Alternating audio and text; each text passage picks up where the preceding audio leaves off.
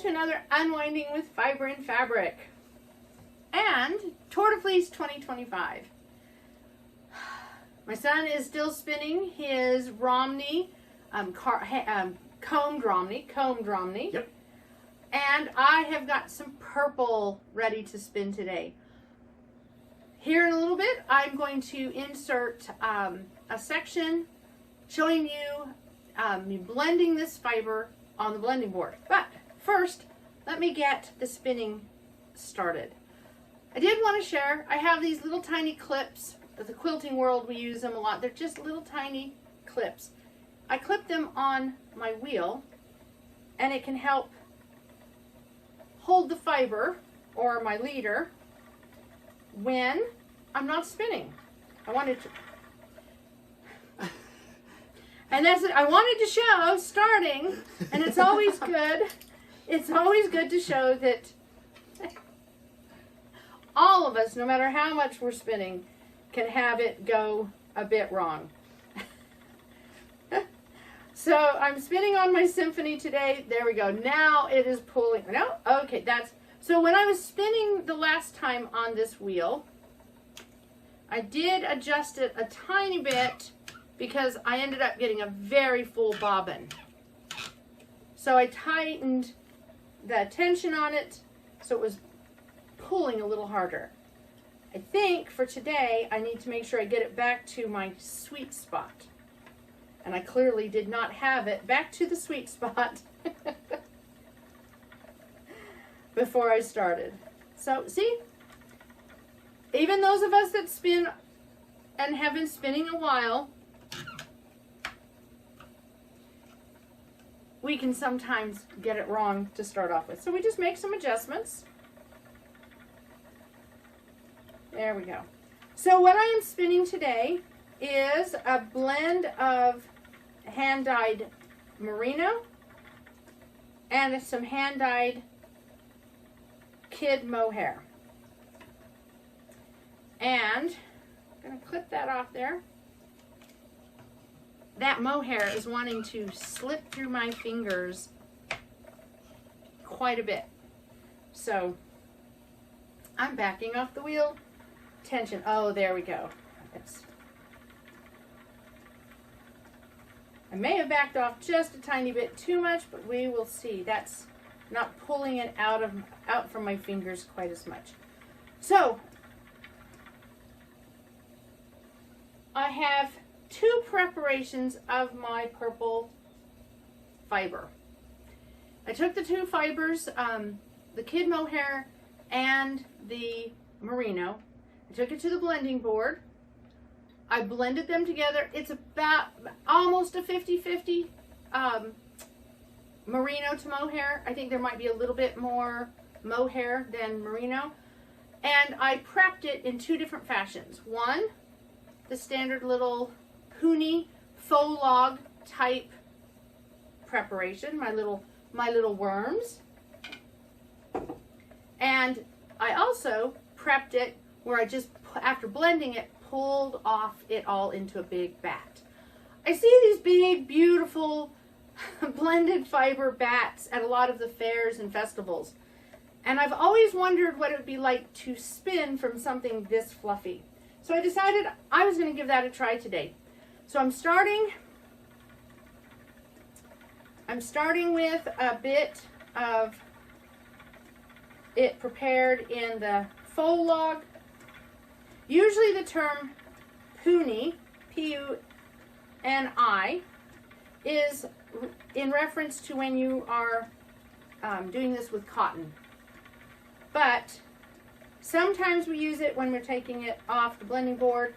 It's not a roll log because we are using dowels to wind it off. So it sometimes also gets known as a faux log. I just like to call them worms. My little pile of worms.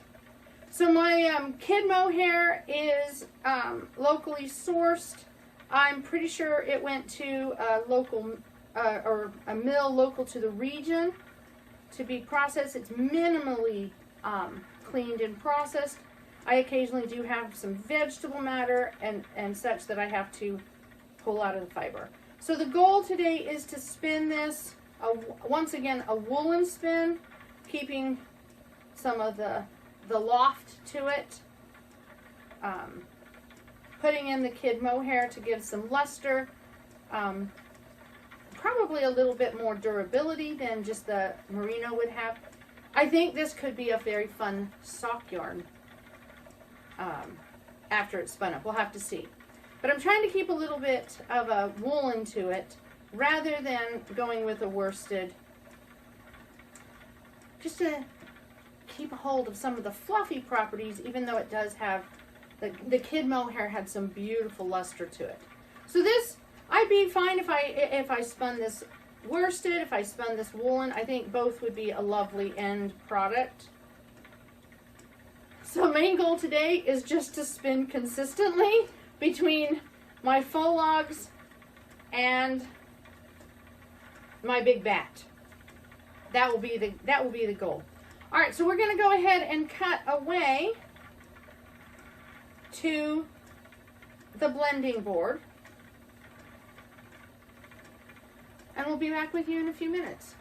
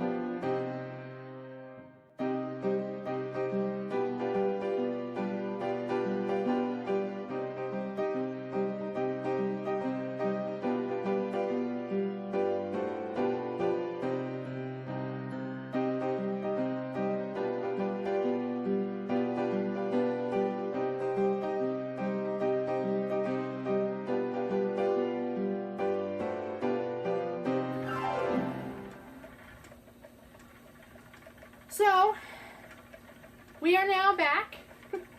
I hope that little demonstration of the blending board was interesting or informative or inspiring. In case you're wondering, the blending board is one that my husband made for me. Purchased the blending cloth, the carding cloth, I should say, and then when you have a person who loves woodworking in the house, instead of just a cutting board, which I know a lot of people use to just put a carding cloth on, he had to make a little bit something more decorative. So that was my blending board. So I am currently still spinning my first long worm. And as I said in yesterday's video, you notice I'm not doing an extremely long draw. I know that sometimes you could call it short backwards draw. But it's the same technique. I'm allowing the twist to go through my fingers and into the fiber, and then using that tension from the twist to draft.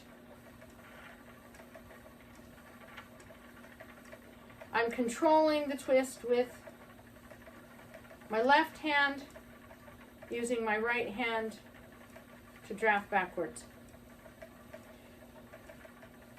I have tried to do it the opposite way. If I'm sitting at my minstrel, so that I'm a little more straight onto the wheel, I will try to swap hands and learn how to do the technique going this way.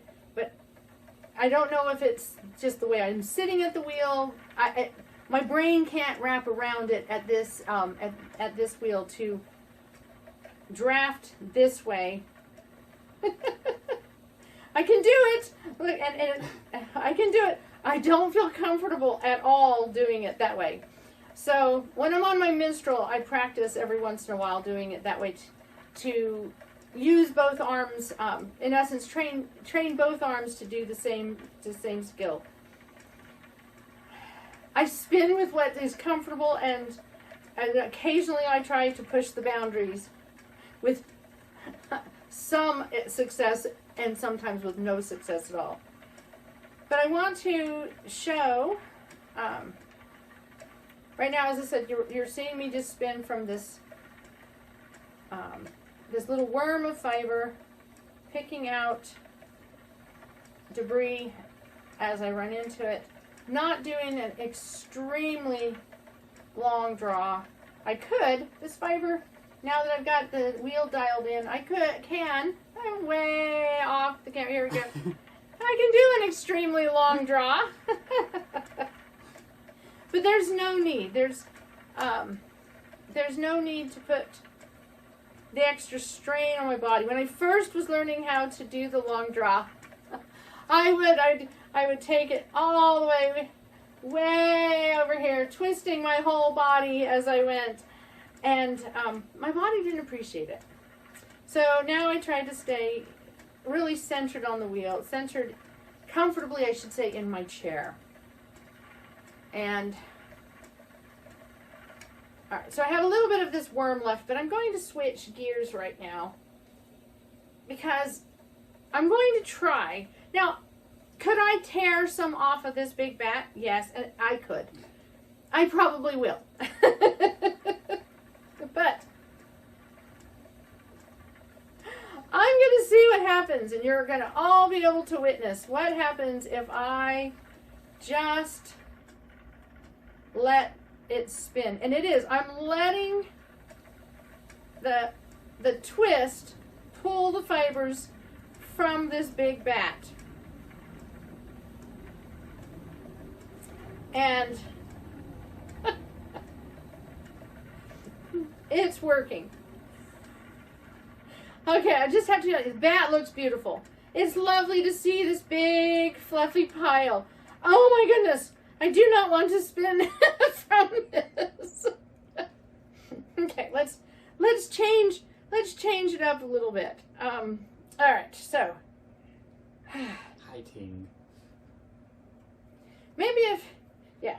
So I'm going to just roll it up tight, contain all this fluff.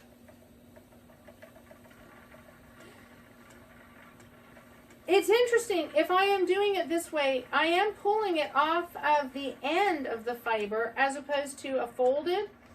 Whereas when I was doing the little worm, I was definitely doing it a woolen spin. If I continue to spin off this, just letting the fiber pull from the bat as it's doing, I'll see if I can get the other camera to see it. If I do this, I am not getting a woolen spin. I am getting very close to a worsted spin. I can see that the fibers, because I used the, I basically carded them on the cloth and then pulled them off, I am actually spinning these fibers very much in alignment. And as it pulls the different, so the merino versus the mohair, I am getting much more of a worsted prep spin. Even if I'm doing a woolen drafting, this prep is acting much more like a worsted prep at the moment, with the occasional woolly bit. So, I think if I want to have a woolen spin, taking the extra time to roll this off into the little worms is, do that. Put them in the bigger bowl for right now. Let me grab that. Okay. Putting them into the worms, I think, is the better option if I really want to have a woolen. While this is big and fluffy, spinning off of it, I'm going to tear some off of this. Spinning off, from it, it does want to take the fibers from tip, you know, end to end, as opposed to into a woolly blend. So if I want to have it just a little bit more woolen spin, I think I will be better off just either taking it back and putting it into a faux log of some sort, or oh, I don't know. I think that would be my best bet. I can see that the other thing with it is that the merino and the mohair, while wonderfully blended in the worm, isn't staying blended when I'm just doing it from this bat. So that's another thing that I'm noticing with it.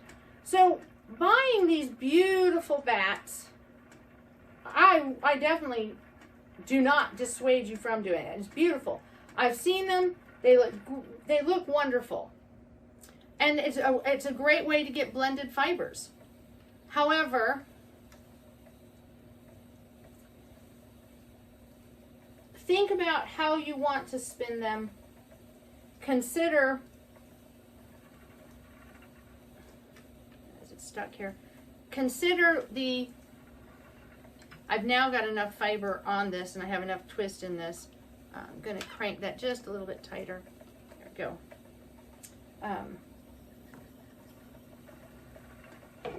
All of a sudden it's not wanting to pull onto the wheel. Oh, that's why. Okay. So to finish my thought, sorry for the interruption. My husband said if I had a band break or something like that, trouble with the wheel, I needed to get an image of Formula One safety car out or pit stop or something of that nature, and say that, you know, I've had a crash, a flat tire. We were laughing over that last night. So what I was saying, if you buy these beautiful bats, and I do highly recommend buying these, if you go to the festivals and the markets, and you see a beautiful bat like that, by all means, purchase away if it gives you joy and it's a fun blend of fibers. With that being said, think about how you want to spin it. And don't hesitate changing up how the fiber is presented before you spin. Taking that little bit of extra time to prep the fiber, it will make this spin not only easier for you and more enjoyable for you, it will probably add to your consistency of the fiber that you are producing, the yarn that you're producing. All right, well, I hope that this wasn't interesting. I know that my son here has not spoken much other than laughing at the beginning. We wanted to keep it short, and we've actually gone a little bit longer than we intended. We are now, well, we're officially at the end of the first full week of Tour de Fleece. Yeah, I guess, yeah. Yeah. Because tomorrow is the beginning of the new week. Yeah. As far as the stages are concerned. Yep. And so I hope everybody else is enjoying taking time to rest if you need to rest. Not feeling any pressure. Remember, this is a community event. This is challenging ourselves. And sometimes we have unforeseen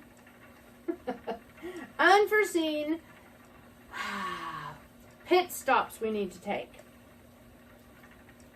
Whether it is a wheel maintenance, a body maintenance, or other things that we can't control, like really bad weather, or the human equivalent of really bad weather, life. Or the feline equivalent of very bad weather. Yes, or the felines that are stealing your fiber, or the dogs stealing your fiber. Whatever it is, I hope that you are taking time to unwind rather than putting yourself under too much pressure. Yes, we make ourselves challenges and we want to meet those challenges. But the thing I've learned in all of these Tour de Fleeces and through life is that the only way we meet the challenge is to make sure we take care of the equipment. And we, the spinners, are the most important equipment in the challenge. So take care of yourself, take some time to unwind, laugh a little when things don't go the way you want them. And if you have a tricky fiber that isn't doing what you would like it to do or doesn't produce the result you want, consider taking it back to the prep stage and go from there. All right. With that, we will say goodbye for another day. Happy unwinding with fiber and fabric, and we'll see you tomorrow.